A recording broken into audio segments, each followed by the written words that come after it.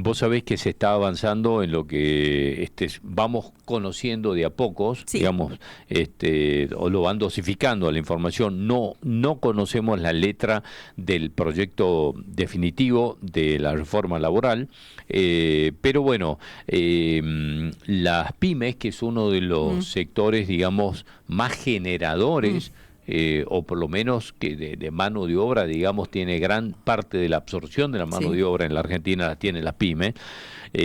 Vamos a ver cómo están analizando lo que se va conociendo hasta este momento, claro. ¿eh? Bueno, así que Miriam, gracias por atendernos. Buen día. Hola, buenos días chicos, ¿cómo están? Muy bien, como siempre muy amable y gracias por atendernos, ¿eh?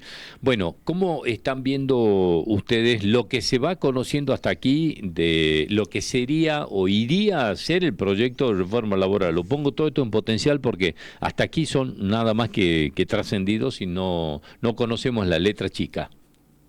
Sí, estamos todos en la misma, ¿no? No conocemos el texto definitivo y lo que circula son borradores, pedazos o dichos y solamente conjetura de lo que podría ser, pero algo definitivo no hay.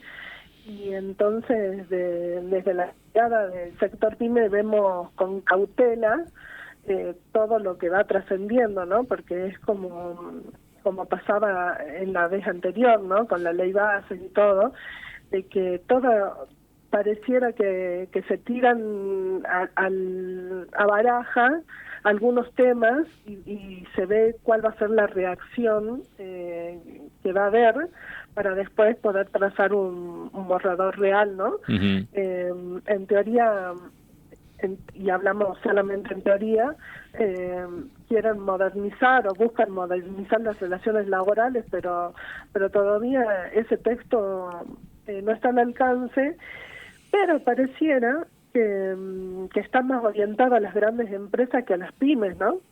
Entonces nos preocupa que en lugar de traer orden pueda llegar a generar más conflictos para nosotros. Si cada gremio empieza a negociar condiciones diferentes por empresa, eso podría de alguna manera, no sé, derivar en microhuelgas, pensiones o pérdida de previsibilidad. Eh, Justo cuando más necesitamos en este momento estabilidad, ¿no? Para poder producir y mantener el empleo. Entonces, no está bueno eh, traer más conflictos para las pymes, ¿no? Ujú. Ahora, ¿ustedes entienden, Miriam, que hay que hacer reformas en la ley laboral o no? Y coincidimos en que hay que facilitar una reforma, que hay puntos que se tendrían que mejorar o ver de adaptar a una situación más real, ¿no? Pero siempre y cuando esto no termine perjudicando a ningún sector, ¿no? O sea, tratar de equilibrar las balanzas, ¿no? Coincidimos en que hay que, por ejemplo, facilitar la contratación formal, porque Ujú. el esquema actual es pesado, ¿no? Y muchos pymes no logran sostener los costos laborales. Pero también creemos que el problema de fondo hoy no es el empleo, sino la falta de consumo. Entonces no hay venta, no hay demanda, y sin venta no hay nuevos puestos de trabajo que crear. O sea, entonces, por más que se modifique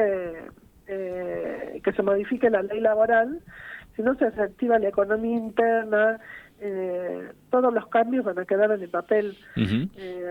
Las palabras, eh, si yo tengo que expresar esto en palabras simples, es preferible una inflación con consumo que una baja inflación sin consumo, porque el 90% de las pymes viven del mercado interno, no viven de la exportación.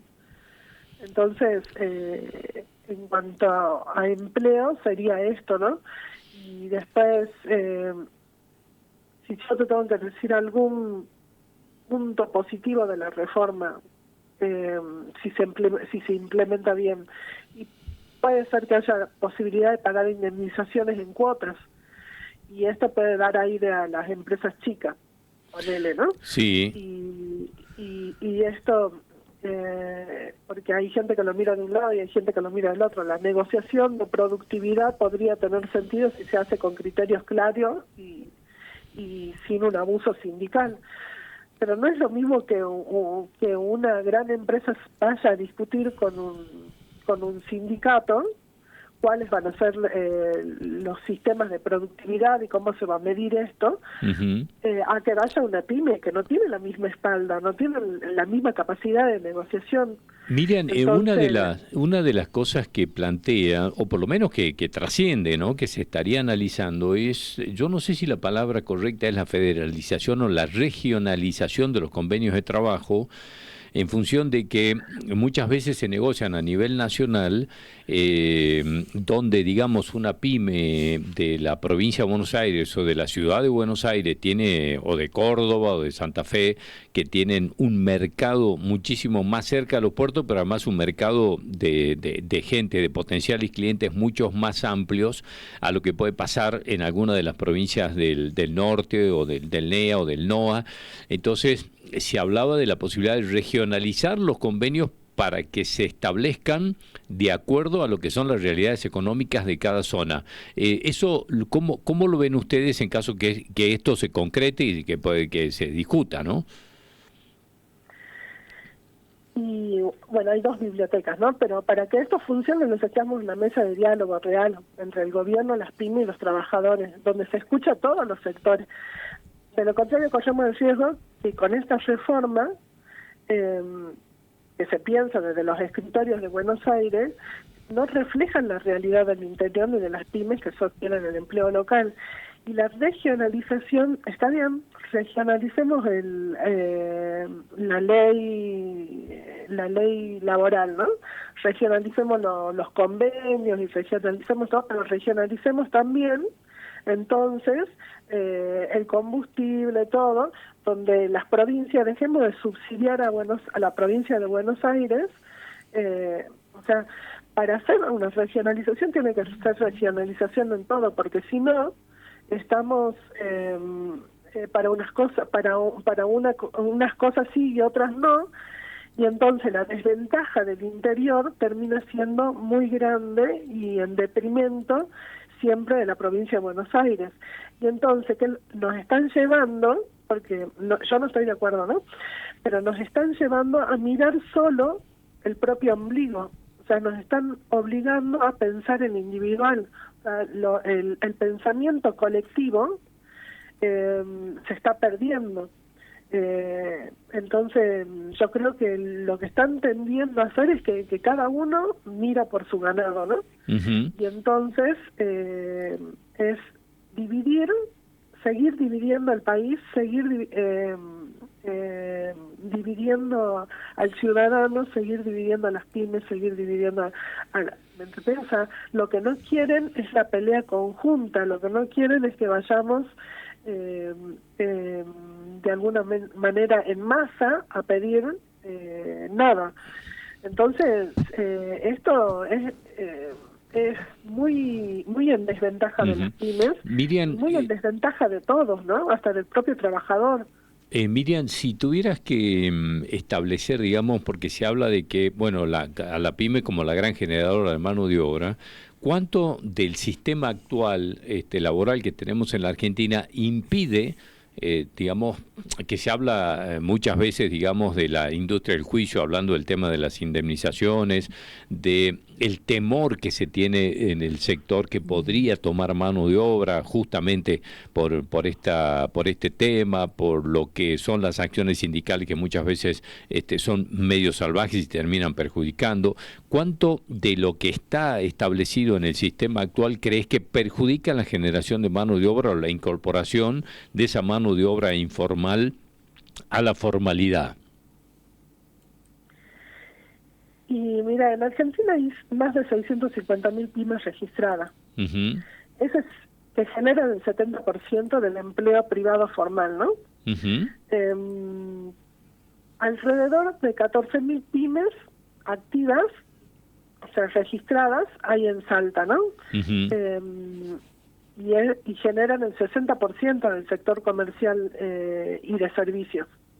todo lo que es en el NOA, pongamos, ¿no? Sí.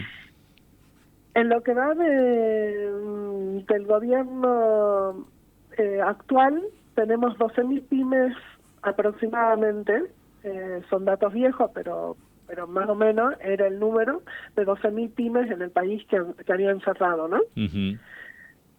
Se estima que todos los días cierra una pyme en Salta. Si vos decís todos los días, son 365 pymes que cierran en el año. Es un montón. Y no tiene nada que ver con los impuestos, no tiene nada que ver con la industria del juicio, no tiene nada que ver con la reforma laboral, no tiene nada que ver con nada. Lo único que está generando este cierre de pymes es la falta de consumo y la falta de políticas para la microeconomía, porque hoy se mira mucho en la macro, se piensa en las grandes empresas, se piensa en exportar, se piensa en abrir el mercado para poder importar bienes de afuera a precios no competitivos con los bienes de Argentina. Y no competitivos porque nosotros tenemos todo más caro, nosotros tenemos la luz más cara, el gas más caro, el combustible más caro, los alquileres más caros, entonces no somos competitivos. Entonces lo que falta es una política de Estado que mire a la microempresa, ¿no? Que mire a las pymes. Necesitamos previsibilidad, reglas claras, estabilidad fiscal y un acceso al crédito real, porque hoy hay muchos lanzamientos de créditos, pero las tasas son impacables. Entonces una pyme que hoy saca un crédito después no puede devolverlo. Bueno, de todas Sí. maneras, Miriam, vamos a esperar que conozcamos con un poco más de precisión el proyecto, que se pueda conocer exactamente qué es lo que diga la letra final del proyecto, y seguramente estaremos nuevamente en contacto, ¿eh? Así que te agradecemos mucho habernos atendido. Muchas gracias, hasta luego. Hasta cualquier momento, muchas gracias. Exactamente las 11 de la mañana.